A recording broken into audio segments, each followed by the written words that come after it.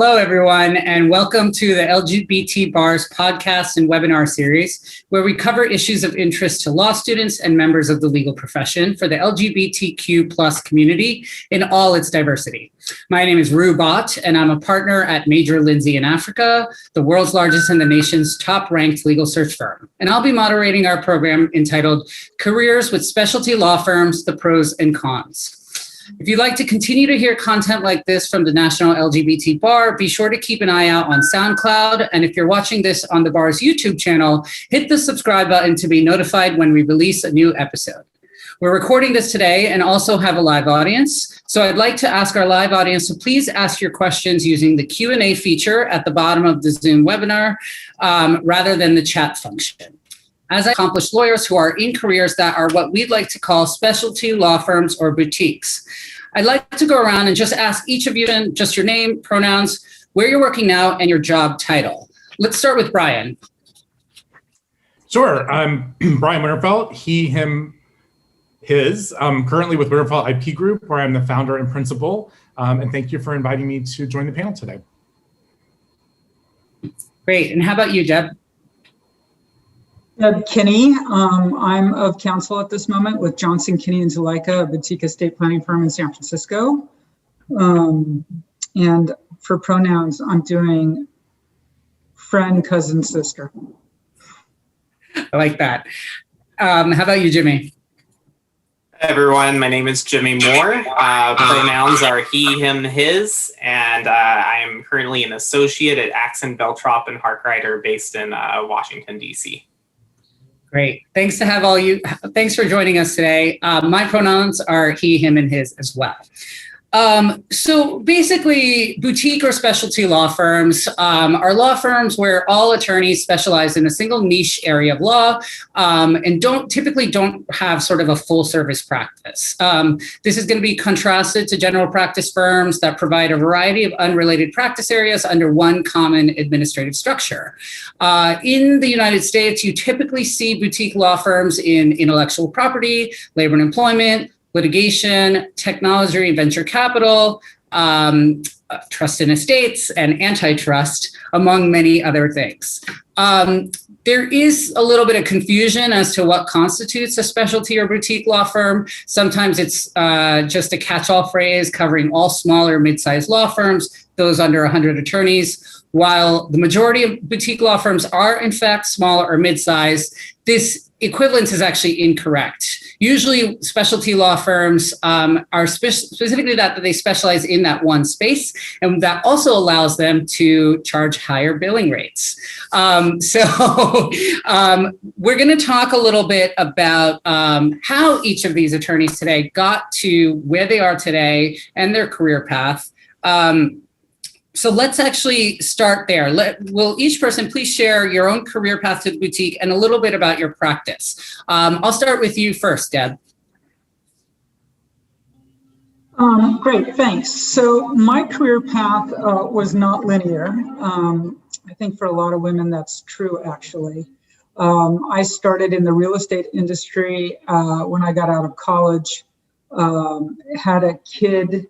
I went and then decided to go back to law school because I wasn't really intellectually challenged selling real estate. So went back to school, but I already had a kid. So I did part-time, did a 4-year program. And then I didn't really think I was going to go into law, but I had a friend who asked me to help with a case. And my first case went to the California State Supreme Court. So that took about 4 years. And by that time I was doing law. Then I had a second kid and took a couple years off, and I was doing contract law in basically plaintiff civil rights at that point, a lot of employment law. And it was just a little bit much to have 2 kids, a partner who was CEO of a public company, and be on a court's calendar. So took a little time off.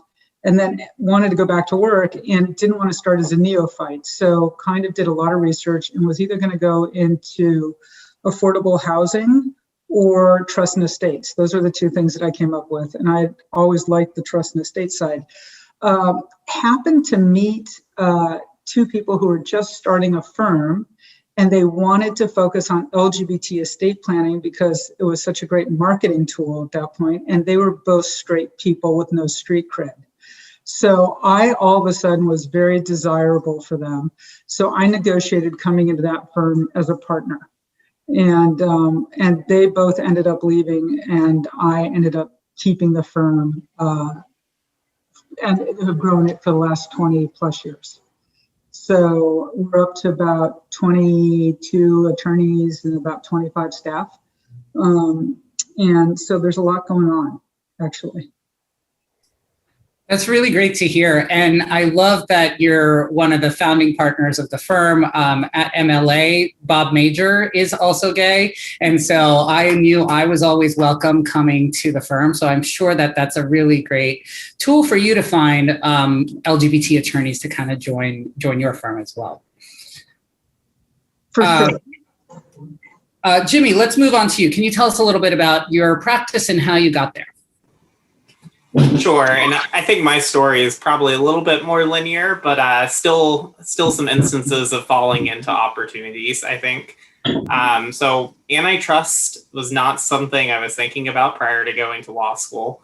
But then my path really kind of started when Columbia offered a semester program to work for the federal government for a semester. So instead of doing typical law school courses, most of the work was just working kind of a 40-hour work week with a federal agency. I had happened to just take my antitrust course at the time when I was selecting which one I was going to go to, so it was top of mind. And I ended up working for the Federal Trade Commission and the Bureau of Competition, which handles the FTC's antitrust mission. And so I was there for a semester, and then for the summer right after law school and before my clerkship, I worked for the other federal antitrust agency, the Antitrust Division of the Department of Justice. So I knew I liked it. I had had some experience with it, but I was not set on a firm or anything like that going into my clerkship. When I was starting to think about what I was going to do next, I had a friend at my prior firm, which was a larger firm, not a boutique firm, that mentioned that there were some openings in Washington, D.C. in the Washington, D.C. office. And I think actually sent me political law as the original opening. So I sent in my application, and probably within a few hours, he came back and said they wanted to know if you would actually be interested in the antitrust associate position, having seen the FTC and DOJ on my resume. So I said, of course, sure.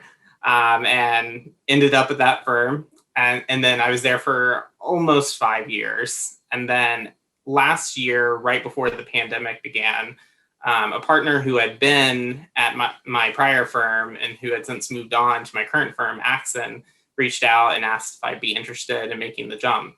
And I did. So that's how I ended up at Axon and how I'm here today. I think that this is probably common for a lot of people that you'll hear in these types of law school job panels that, oh, things happen and it's all kind of coincidence. And I totally thought all of that was just a talking point, but it is entirely true. As I said, I was almost on a political law path and then ended up in antitrust. And I'm very thankful that I did because I really enjoy it. That's great. That's funny. Something similar sort of happened to me. I didn't grow up wanting to be a recruiter, but opportunities came my way. And now I sort of love what I do so much, and I can't imagine doing anything else. So I really liked hearing that story. Brian, tell us a little bit about your path. Sure. I actually started my career at a very small boutique firm based in Washington, D.C. called Minnelli, Dennison & Selter. And I worked first as a law clerk and then as an associate for Mary Dennison, who subsequently went on to become Commissioner of Trademarks. And she recently stepped down last year after 5 years in that position. When I started law school, I wasn't sure on what practice area I wanted to go in. And the Georgetown Law Career Center actually directed me to Mary and had me want to consider going into the area of trademark law. They noted that she had posted for a law clerk, and this sort of dates me, but I faxed my resume in right away. And basically begged Mary to hire me because it seemed like such a fantastic opportunity. And I think she thought I was crazy because she was like, you're just going to be my law clerk, right? And you're going to be, maintaining files and helping with the docket and really basic stuff. And I was just really excited for an opportunity to kind of get my foot in the door and learn a little bit about trademarks and what it meant to be a trademark attorney.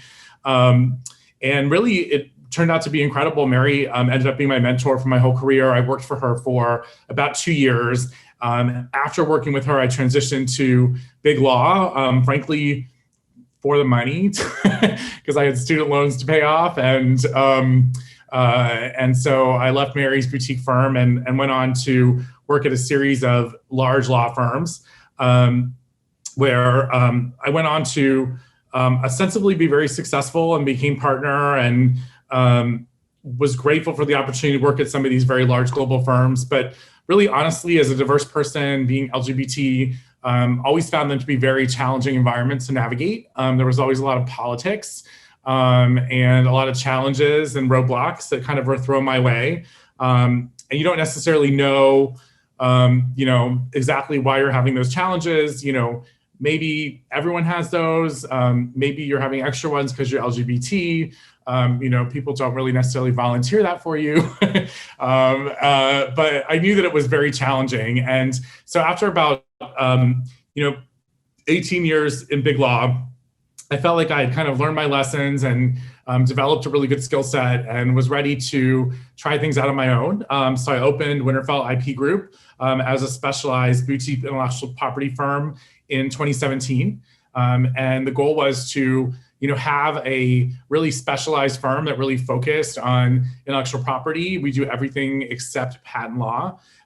So we focused on trademarks, copyright, trade secret, special expertise in the digital space. And we really founded it on the principles of mirroring the values of our clients, which include a strong commitment to diversity and inclusion and a strong commitment to pro bono and charity work. And those are things that were always important to my practice. And frankly, in big law, we found varying levels of support for those things. There was a lot of lip service to those things being really important, but when you ask for resources or dollars or support to actually do initiatives in those spaces, that didn't always, the enthusiasm didn't line up with the talking points that they, would put out. So it was really nice to be able to open our own firm and really be able to make this a priority. And again, it really aligns with our client values. And so it's been a really great journey. And I think ending up at, a place where we can have an environment where people can really succeed based on the merits and again, really focus on the things that are important to us, in addition to being really excellent intellectual property attorneys, has really been kind of a great thing and has been a great opportunity and a good place to move my career after all that big law experience. Thanks, Brian. I actually have a little bit of IP experience as well. I worked at a big fashion brand doing trademark sort of enforcement sort of work for them. And it was a really, really interesting opportunity. Made me realize that I don't necessarily want to practice law, but it was eye-opening nonetheless. So I'm going to move on to the questions section. And this question is actually for all three of you, but I'll start with Brian. How do you and your firm articulate the goals of your boutique, and how do you see yourself adding value for your clients over a traditional general big law practice? That's a great question. I think Winterfell IP Group's goals are pretty succinctly expressed by our tagline, partnering with our clients to protect and grow their global IP assets through creative and practical solutions. I think that really says it all. Our goal is to really partner with our clients, focus on their overall business needs rather than seeing them in sort of an IP vacuum. And then we aim to provide advice that's both innovative but realistic, easy to understand, and not unduly difficult to implement.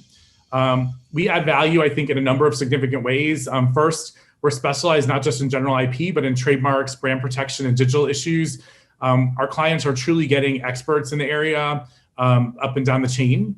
We have a really experienced team that works with our clients, and we're really invested in our clients' brands. Next, all our clients get some degree of personal attention from me. We have kind of client dedicated teams, but I'm really heavily engaged. And I know somewhere down the road, we're going to hopefully be big enough that that won't be possible. But we're still at that size where, I can still really have my hand in kind of all the client relationships. And I think there's still a lot of value from, kind of my decades of experience in the space. Finally, as a small firm, we're really able to adapt, to our clients' unique styles in terms of staffing, billing arrangements, communication protocols. We really have a very customized approach to working with our clients to really find the way to work with them that resonates the most with them and provides kind of the best value. And so, we work really hard. And I think, this is especially true, with the pandemic. It's really important to just work closely with your clients, work with their budget, work with their goals for their business, really be partners with them. And that's something that we feel like we're able to provide in the boutique environment in a way that I think can be more challenging in big law, where, we just have a lot more flexibility and we're much more able to kind of focus on what's important to our clients. And we're also able to really partner with them in ways to do things complimentary or off the clock that sometimes would be challenging to do in a big law environment. Deb, is your experience similar, or anything else to add there? Yeah, no, I think the how do we articulate our values is kind of an interesting question. I like to say that we walk our talk. We started off as an LGBT firm and with a commitment to the LGBT community, and did a ton of education when all the laws were changing. And we had a think tank among attorneys, accountants, and family law attorneys, and trust attorneys. And, the laws that get passed at the beginning, and we'd get a copy of them, and we'd go, what does this mean? Like, what are we supposed to be doing? How do we explain this to our clients? Should they make it community property? Should they get domestically partnered? Do they need a prenup?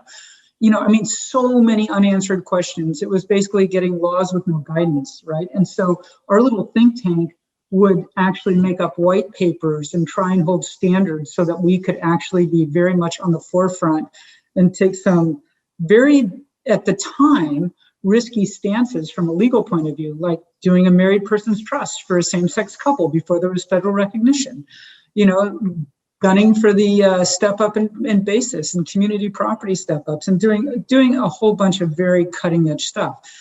We also spend a lot of time, our firm supports a lot of LGBT organizations and non-LGBT as well. As we like to say, we don't discriminate.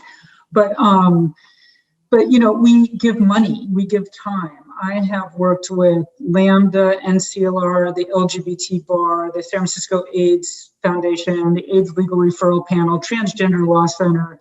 You basically name it. I'm kind of on their, can I call you list? And they do. And so for years, I was giving a lot of time and energy to that.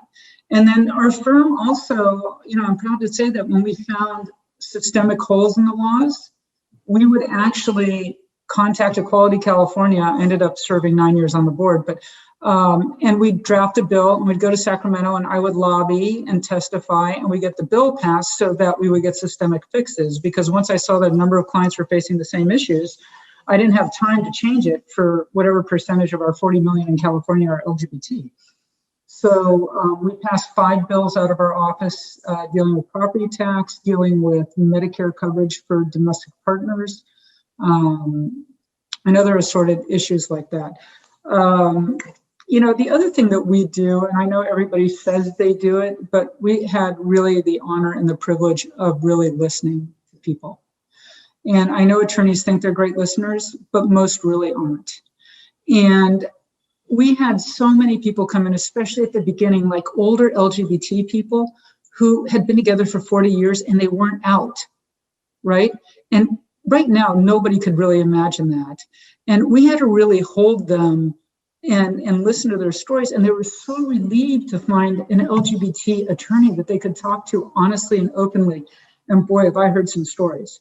But that's been really an amazing process. And then, with the radical change in the laws over the last decade, watching so many people who were, especially my, strong feminist clients who were like anti-marriage and the whole thing. And then, explaining to them that they have a choice now. And I can't tell you how many confidential marriages I've officiated with a marriage certificate is actually in their file at my office, but they won't tell anyone they got married. But if one dies, the other will be in a much better position. So we've done, and it's been really interesting leading the way. It was through the LGBT bar that I started the Tax Equity Project. And I got a grant from a not to be named foundation who was impressed by the advocacy that we were doing already vis-a-vis the IRS and the White House. And we got meetings at the White House and the Treasury. And we were fighting for inclusion of domestic partners in community property in the code. And it was amazing what we got away with under the Obama administration. And the LGBT bar was really supportive and very helpful. We had a whole cadre of attorneys that we trained throughout the United States to help same-sex couples figure out how to file taxes because no one knew what to do. And our office actually brought the first protective claim pre-Windsor. So we taught GLAD and the other organizations how to do Windsor. And the day Windsor, our clients were rich gay white men though, and that wasn't what we wanted to put out in the media. So when they found a school teacher, basically, with a $300,000 estate tax bill, as opposed to my client who had a $15 million estate tax bill, that we put that case forward. But, we actually thought of that, and we just took a ton of time developing those concepts.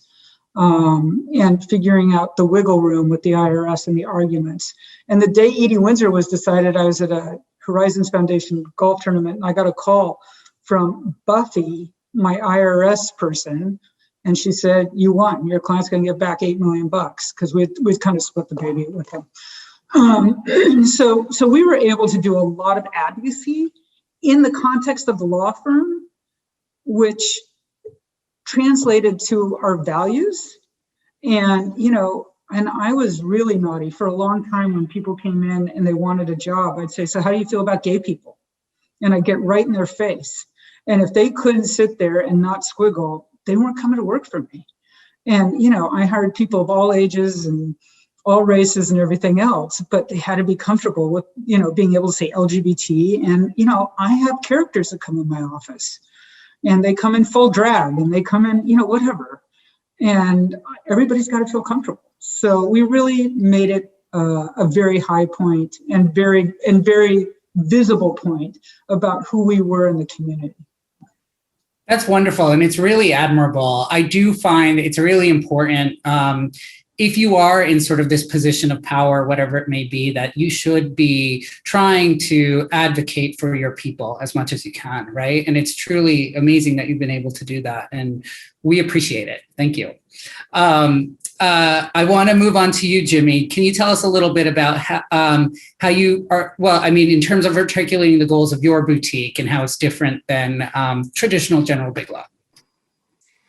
Yeah, I think one thing that's really important about Axon's model is the focus on each team member is building the business as part of building the firm. There really is a thought to making sure that the younger attorneys are ready to be the leaders of the firm. A few years down the road, that comes to giving a budget to actually develop business.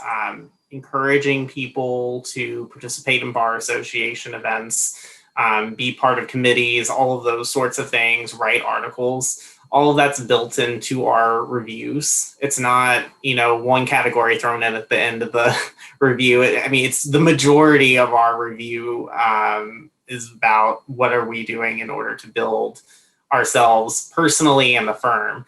And I think that is an ethos that's important to the firm, and that, it enables people to feel like they're kind of self-starters, and that they're not just waiting to become counsel or partner before they're going to start thinking about how to get new clients. Another thing that I think is really important is the number of former government officials that we have in our practice group.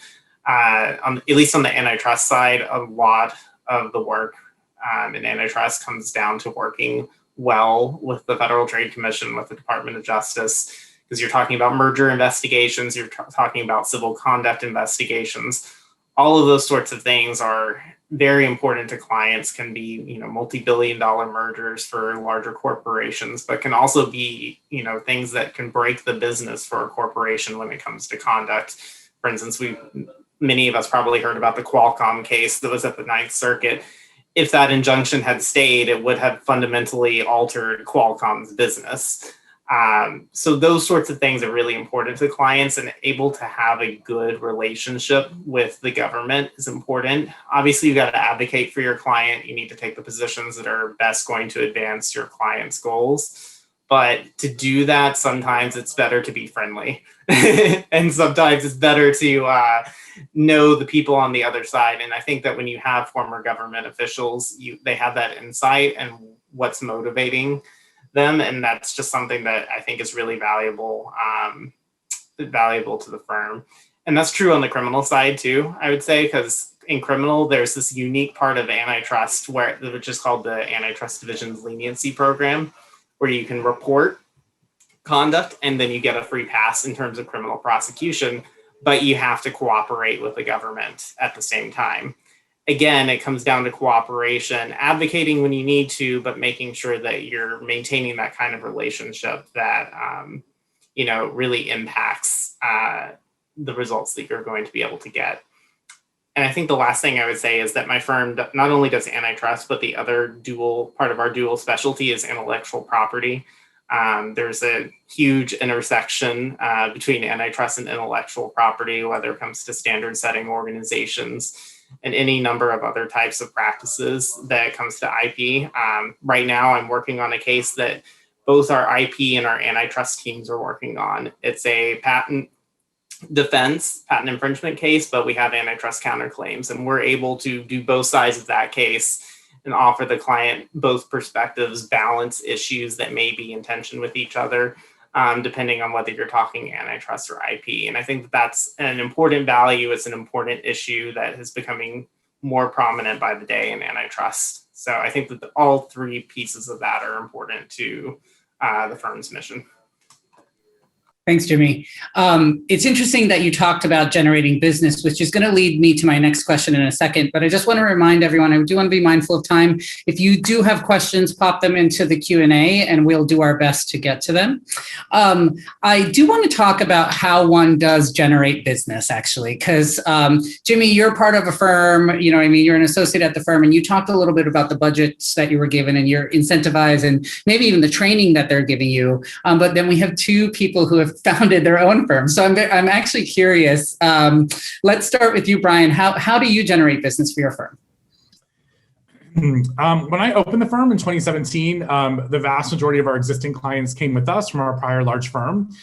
So one of the best ways to generate business, in my opinion, is to do an excellent job for the clients that you have and to do really good work for them. And I think that will encourage them to continue to send you work, but also they will refer their friends to you who are, hopefully fellow in-house folks. I think at a smaller firm, it's incredibly important to engage in business development and to look for new opportunities on an ongoing basis. There are a couple different ways I think that's important to do. One of them is networking. And I think getting involved in top industry associations is a really good way to do that. I've had a lot of success through building relationships through the International Trademark Association, and also through more specialized groups like the American Apparel and Footwear Association. You mentioned you were at a fashion. There's a Brand Protection Council, and all the in-house IP folks from all the big fashion companies and small ones and medium-sized ones are members. And so that's a great opportunity to build relationships and show off what you know. Another thing that's really important, I think, is not just becoming involved in these organizations for networking, but really taking on leadership roles, actively participating in committees, really building your knowledge base and showing off your expertise, I think is really important. Another way to do that I think is really good is through a lot of thought leadership. We do a lot of webinars where we feature our clients and potential clients as speakers. We also write a lot of articles and a lot of client alerts. So I think producing that kind of content is a great way to market your expertise and your firm's expertise in an area and really show that you are cutting edge and staying on top of what's happening in the space. We also really encourage people to get involved in the diversity inclusion area. So for example, we're very involved in working with the National LGBT Bar. We work with the Sandra Yamamate in Chicago through her organization. There are just a lot of different ways you can get engaged kind of in the space, supporting not just the LGBT community, but other facets of the diverse community, and also use opportunity. So, follow your passion, follow your values, really get engaged, and be an expert, be excellent in your space. And I think that will lead to business coming your direction. That's great. Phenomenal advice. Deb, do you have anything to add to that or similar experience? Yeah, the only thing the thing that I would add to that, and you kind of touched on it, Brian, was leadership positions. And I've served on numerous boards, and I found that I call it the PhD, my PhD, because I learned so much from how other people approach problem solving, because they're coming from diversified industries. And it's really helped me think about how I want to run my practice, what my values should be, and things like that. So I really appreciated the board work that I've done over the years as really an integral part of how I do things. Deb, I think that's actually, I just finished an 8-year stint on the Trevor Project board, and my latest position was being vice chair. And you're right, I think that's invaluable work. And again, you're giving back to the community, and you're supporting the values that are important to you and to your clients. But you're also developing a fantastic skill set that you can bring to the forefront, and networking and building relationships. Jimmy, do you have anything to add in terms of business generation as an associate? Yeah, I think, this is something that people, again, you might get the impression that younger associates don't need to worry about this, but that's not true. And you need to start thinking about it early on. I think, like, for instance, antitrust, I definitely think anyone who's listening and interested in antitrust, the ABA's antitrust law section is one of the most active sections in the entire ABA. There's constantly panels that they schedule hour-long during lunch. Hopefully, once the pandemic has passed, we'll get back to having spring meeting, which is this annual event with literally thousands of attorneys from around the globe that come to meet. And that gives you opportunities not only to learn, but to get to meet people. I think that just taking those opportunities, whether you like socializing like that or not, is just, it's important to kind of put yourself out there.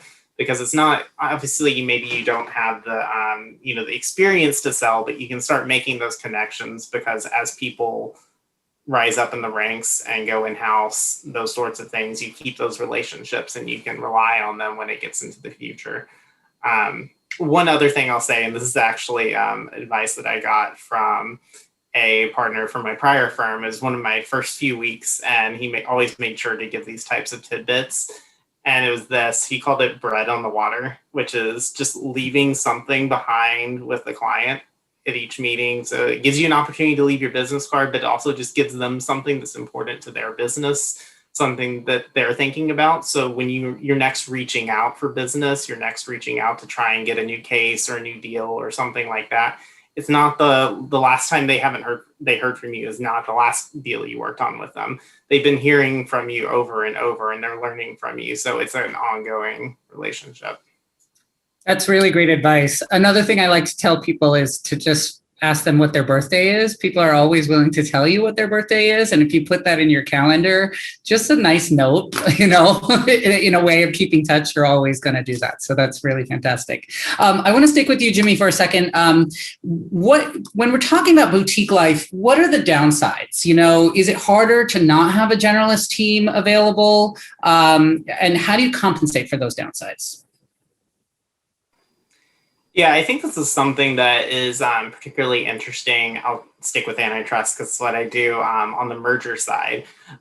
So you have your typical deal comes in. There's obviously the core team of corporate M&A associates and partners who are all working on the deal terms.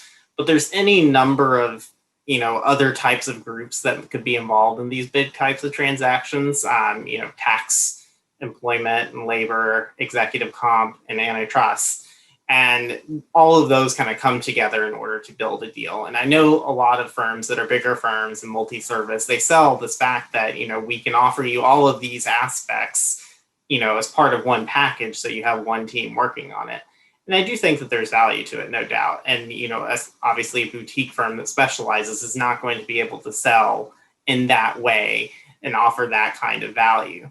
But you do offer the value of being specialized in it and focusing on your particular area. So you're not conforming your practice group to the needs of the, main corporate transactional group. It's a different way of thinking about it. And for antitrust, for instance, it creates really two models of how you get business. One is you get the reference, you get referrals from others who are bringing in the deals. And the other is you kind of build your own business and you bring in deals that are really just for antitrust. Neither of them's wrong, and both of them are, have value, but you can't do the referral method in the same way internally at a boutique firm. You really kind of have to lean more on building the reputation that brings in business through the door, because they know that you specialize in that particular area. So it's not a downside in the sense that you can still do it and you can do it really well, but it is a distinction in the way that you approach bringing in that type of business. That makes a lot of sense. Deb, do you feel the same way, or anything you'd like to add there? Well, it is interesting when you don't have the referral sources from other departments in the law firm. And for a lot of people, they just sit and there's just, the business client comes in and they get sent over to the estate planning just because it's a casual conversation on a personal basis. Having said that, a lot of big firms have stopped doing estate planning because it's not as profitable as other sectors. So the downside is that you're always looking for new business with a boutique firm. And, you get, once you've paid your dues, you'll get referrals and you have trusted referral sources and things like that. But it's a ton of work, honestly. And, the more attorneys you have, the more you have to feed them, because very few people are very good at getting new business. So marketing becomes, it's something that you either know how to do or you don't. There's a lot of people who pretend or they're encouraged to, but they're pretty ineffective is what I find, unless they have the right personality to do the actual client acquisition. So it's challenging. It's really challenging. And, with estate planning, especially as an example, if I do a great estate plan for you and, you're 45 years old, you may not talk to me for another 30 or 40 years. You may not actually need anything unless you get divorced, right? So it's not a repeat business like what Brian's got in his business, or Jimmy. Like, people don't come back to you, the business clients, next year they're working on a new project, they come right back to you because you're their attorney. So it's been a real challenge over the years. I know that feeling. I work in permanent legal placement. So usually the people that I place, I want them to be happy and not come back to me. I want to move on to Brian, if there's anything else you want to add on that point. I don't think so. I think they did a good job covering things. I think, as Deb stated, it's just a constant challenge to continue to develop business, and it's something you have to always be kind of mindful of and working at. And even though we do have sort of repeat customers, there are staffing changes and changes obviously in the economy, and obviously the pandemic hit a lot of our clients really hard. And in order to be kind of prepared for that, you need to always kind of have new business in the pipeline. Great. So I want to move on to another question, and I'm going to start with you, Deb. Is it better to start in a boutique that you think that that's what you want to do, or is it better to start more generally to get broader experience and then switch? And related, do boutiques usually require years of experience, or will they train junior associates? It's such an interesting question, because when we started, I couldn't get any attorneys that had any LGBT estate planning experience because it was brand new and we were making it up as we went. So I was more than happy to take, the best and the brightest that I could find and really mentor them and train them to be good attorneys. boutique personalities and big firm personalities tend to be a little different. Some of the differences that I've seen is that in a boutique, especially when we were doing our cutting edge stuff, we were taking risks. They were calculated risks. We weren't going to go to jail, but it was kind of brand new law. And I kept waiting every day for a call from the IRS or somebody saying, hey, what are you doing? And then I always said if I had a straight faced answer, I was good enough. That was good enough for me. And then as we got busier and we got bigger, we didn't have time to take brand new attorneys and train them. And it was just too hard on us. So we wanted people that had some experience. Now, if you come from a big firm and you're used to having 3 assistants and, the mail room and the copy clerk and everything else, that's not how it is in a boutique. I mean, we're trying, we've scaled up because we have enough attorneys now that we have, a much more formal process for a lot of that. But when you're at that in-between stage before you're 20 attorneys, as an attorney, you have to do a lot of stuff yourself. So some personalities just are not cut out for the boutique lifestyle. The other thing that I find that the one advantage to bringing somebody in from a big firm is they actually know how to keep track of their time. And when you start in a boutique firm you haven't had that kind of discipline, we've had attorneys fail. We've literally worked with them for 2, 3, 4 years. We've had the receptionist going every day to collect timesheets. We've had incentives. We've had everything. And some people just are not very good at it. So the one thing I do find is that when people come from big firms, they're a little bit more disciplined around timekeeping, and that's easier. I think it depends on the boutique, and I think it depends on the kind of law as to whether you can go straight from law school into a boutique firm and really have anything to add. The other thing in our industry, for instance, I find that 25-year-olds or 27-year-olds, they don't really know a lot about life in that they can project what it might be like to be 80 with grandkids and an ex-wife and the gay son and, whatever the story is.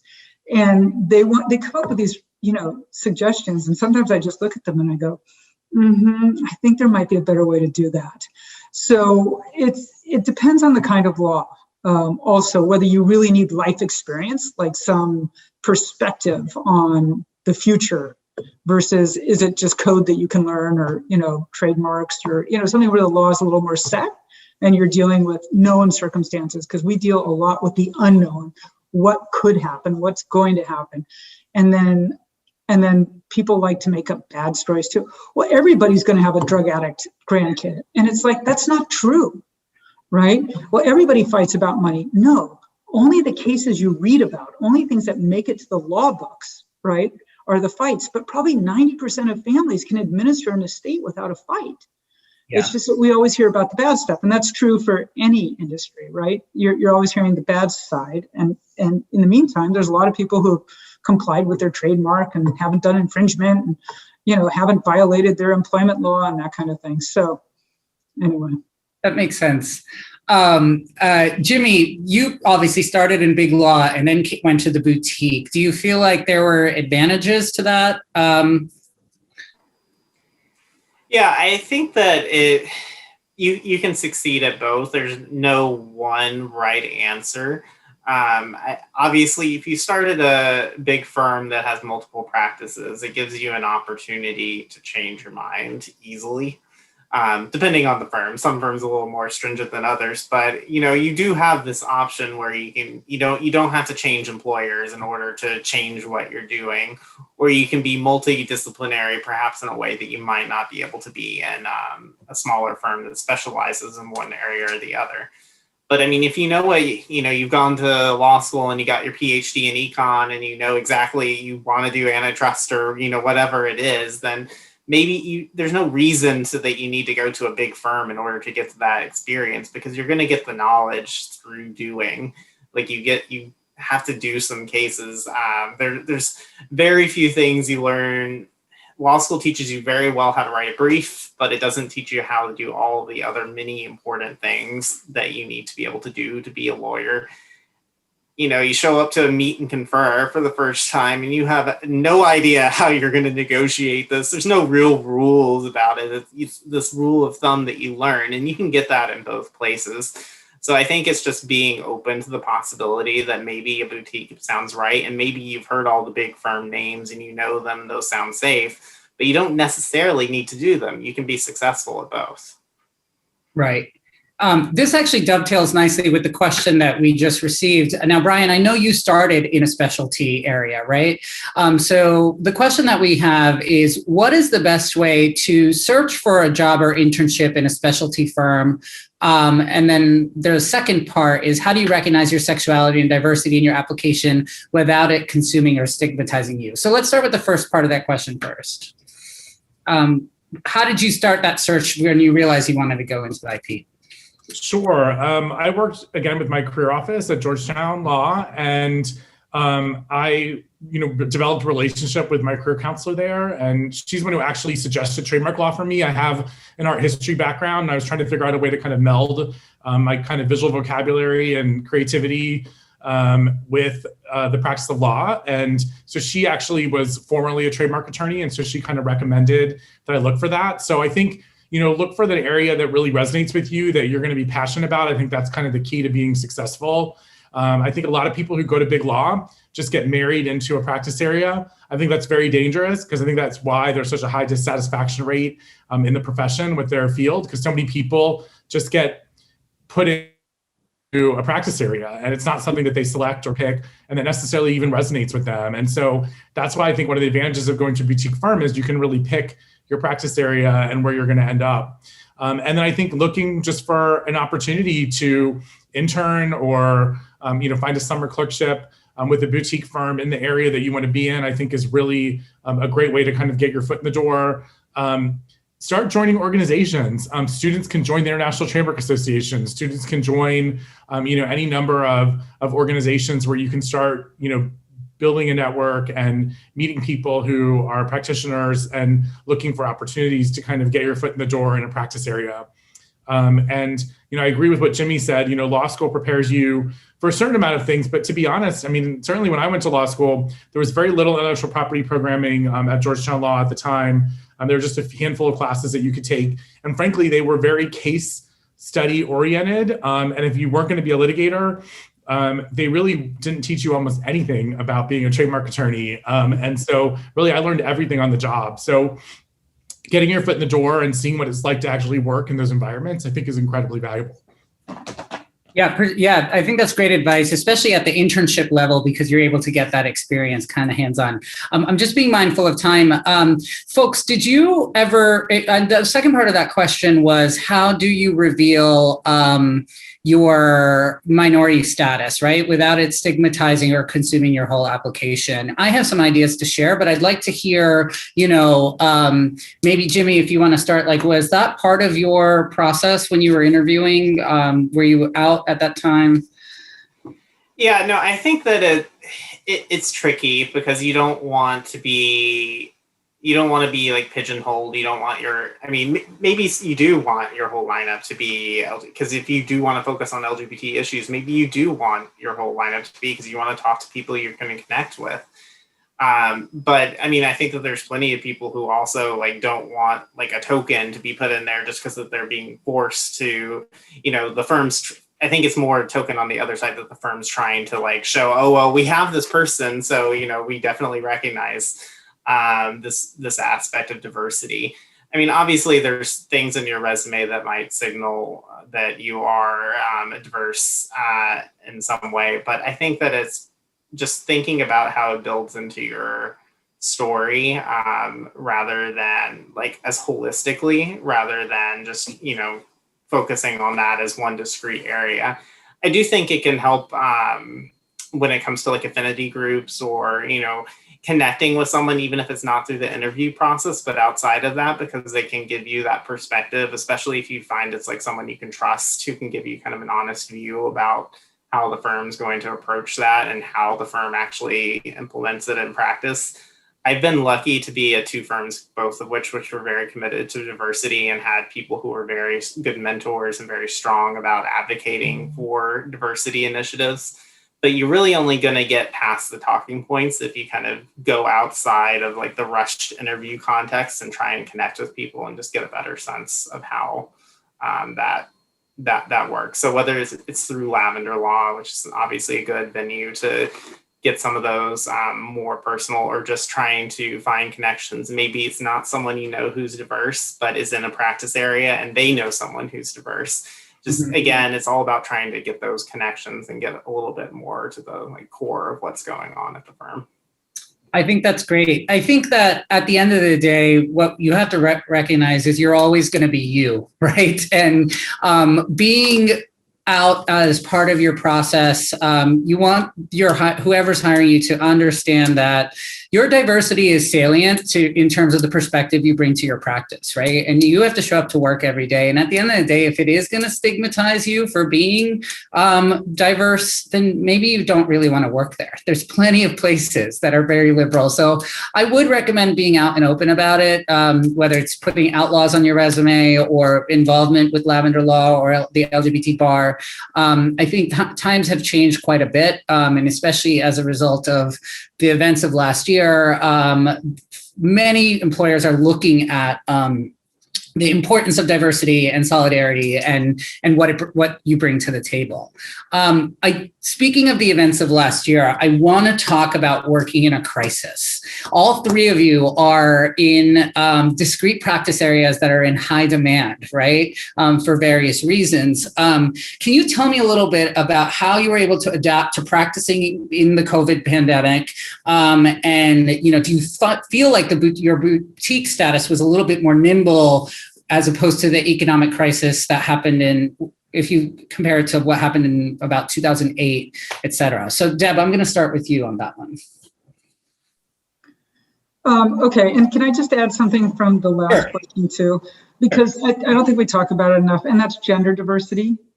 And there's a lot of firms that are still not promoting women proportionally to the number of women that they have in their firms. And I think you really need to look at those numbers. It's basically unacceptable anymore. And just to be really conscious of it. And, just like we needed our straight allies, we need our male allies to make that happen. So that, as it goes to estate planning in a pandemic, I said to my partner, when the pandemic started, I said, everybody's scared of dying. So if we can't make a lot of money this year, then something's on us. The flip side of the coin is that because it's such a personal kind of law where you're in a room and you're actually getting to hear stories and people are opening up about their family dysfunctions or, their needs or their dreams or their conflicts or whatever, it's been a lot harder to do that on Zoom. And the amount of shuffling paperwork and that kind of thing back and forth, because we're still a paper heavy industry because the court still requires the original will. And you have to have wet signatures and you have to have notaries on every document. And so it's been laborious. And it's taken a real toll on the staff, honestly. The other thing too that's really hard is that we have a really nice group ethos and kind of community at our firm, and people want to come to work to be with other people.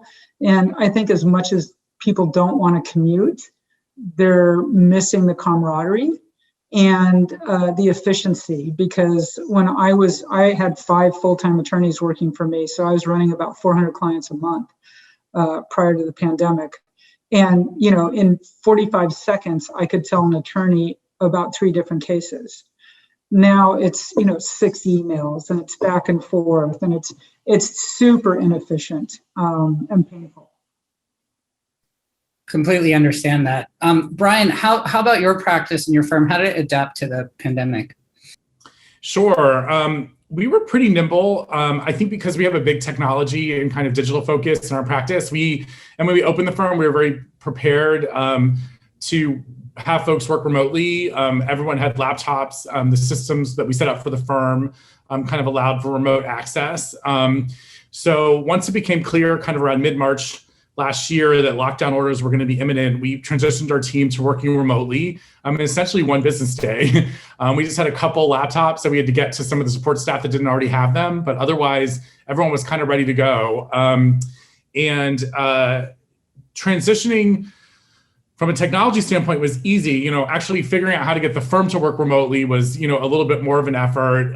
But that did ultimately end up going really well. We implemented a lot more. We had previously used dial-in numbers and conference calls, and we quickly got a Zoom account and started doing, video conferencing. We had several team members that were already working remotely. One team member is in the south of France in Cannes, and one was in California. And then we have a small office in New York. So those people kind of immediately loved the video conferencing because they felt more connected with the team. And so, from that transition actually went really well. I think, we've run pretty well for the past year in a remote kind of context, and it's gone pretty smoothly. And our ability to service our clients has really not been impeded through remote work.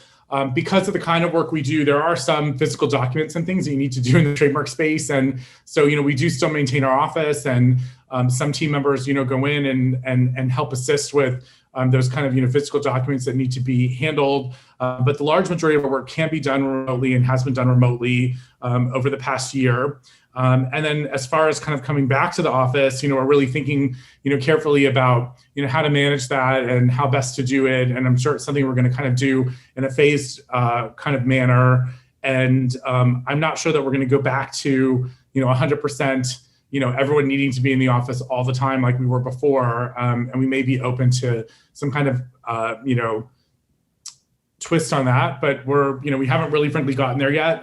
But that's kind of how we managed. And, to the point of really focusing on marketing all the time, we really took a lot of the extra time that we had from clients who were kind of impacted by COVID and decreased billable work to put into our marketing program. And so we instituted monthly webinars and really increased the number of client alerts and articles that we were writing to really provide kind of a sense of community and also to kind of show off our thought leadership and kind of show that the firm was really, contributing. We also started a diversity speaker series.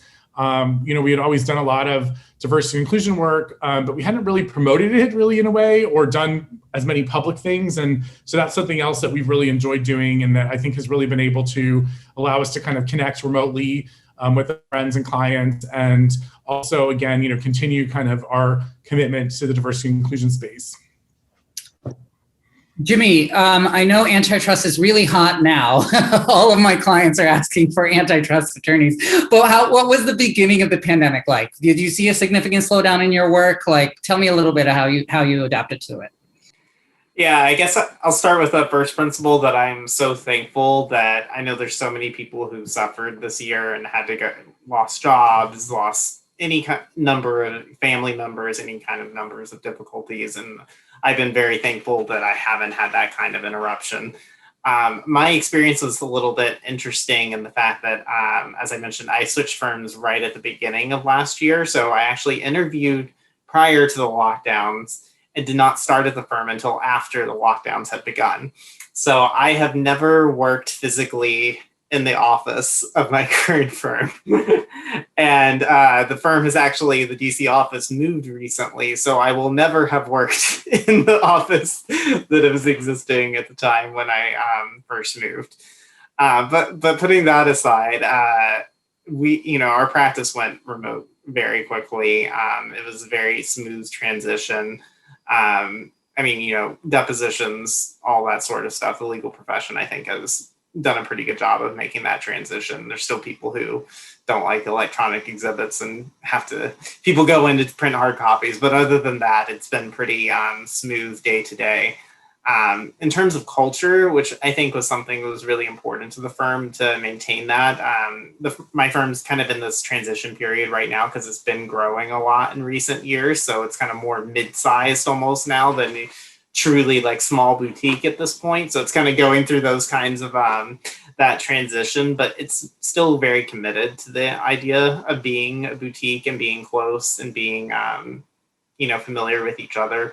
We do monthly calls, and this was true prior to the pandemic, to discuss all the cases that are ongoing, what's new, what are different types of things that are happening, and it keeps everyone, I think, very connected. And on top of that, the firm did a town hall, instituted several town halls where the managing partner really talked through everything that was going on and was very honest about financial things, like here's where our accounts receivable and accounts payable, and those sorts of things that are very important for a firm to function, and were a question mark, I think, for almost any firm at the beginning of the pandemic. So kind of having that transparency, I think, and trusting even your most junior associates, even your staff members, with those types of things that are kind of at the core of the firm's business model, creates a sense of trust and much more, keeping people aware of what's happening. Because the last thing you want to do is have a last minute layoff that no one knew was coming and that really can kill a firm, not only for the people who left, but for the people who are still there. So I think that kind of transparency is really important.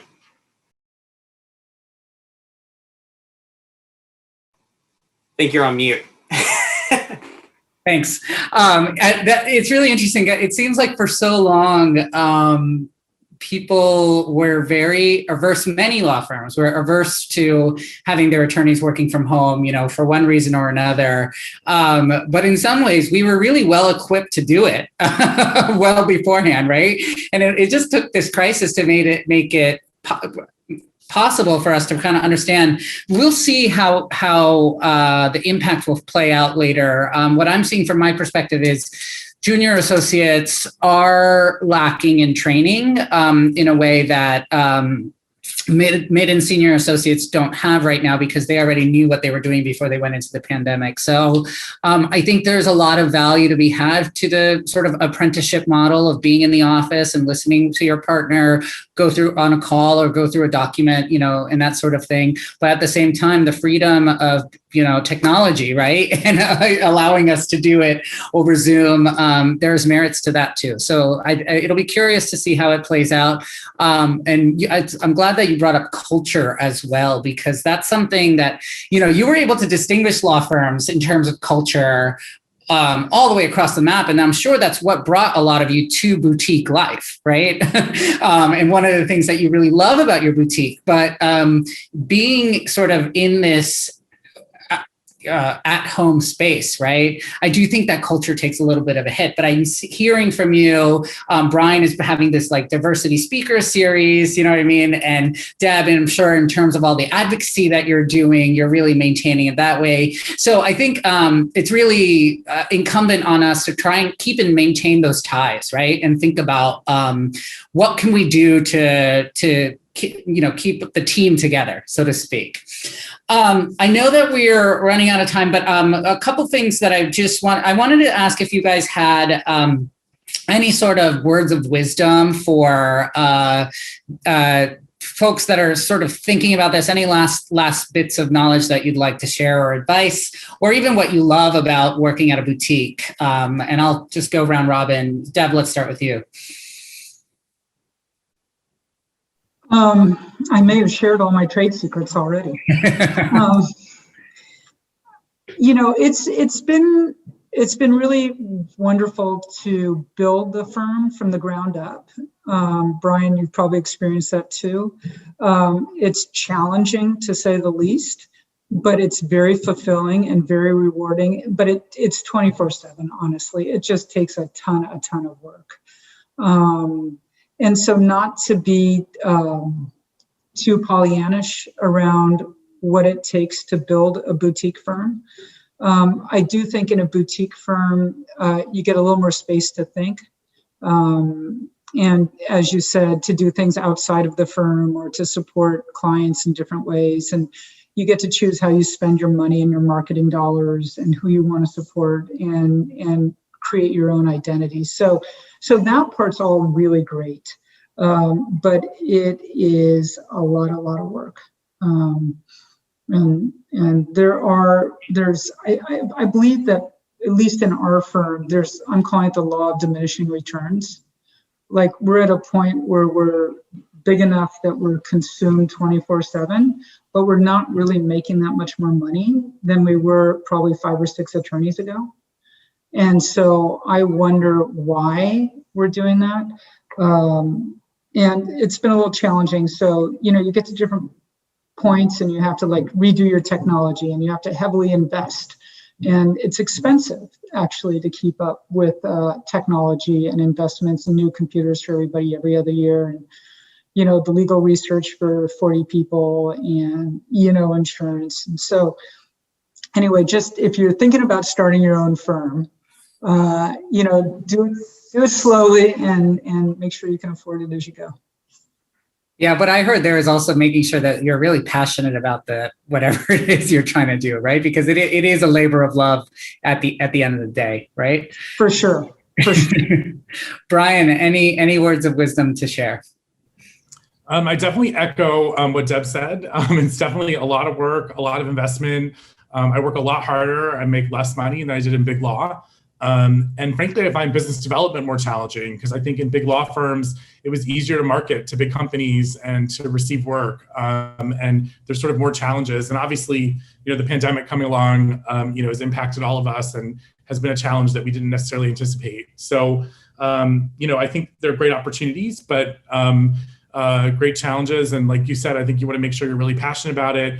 But there are really good opportunities, I think, to make a great environment for your employees, make a great environment to really take care of your clients really well, and again, really be able to give back to the community through pro bono work and diversity work in a way that is not possible, I think, in big law. Jimmy, anything to add? Yeah, I think we've covered a lot in this panel, but I think the most important thing is just not to be afraid of the idea if you think that this might be something you're interested in. Like I think I said earlier, you start in law school, it's easy to like see all the big lists and all the names and everyone talks about them, but like be open-minded to the idea that that's not necessarily the path that you're interested in, or even if you go that path in the beginning, like be open to the idea that that could change down the road. I think just in general, and this is true, I think across most practices, is just being open to opportunities because you never know when they might show up, and just be open to them. Yeah. That's really great advice. Well, that concludes our panel today. Thank you all for being with us today and sharing so thoughtfully. Thanks again to our audience of law students.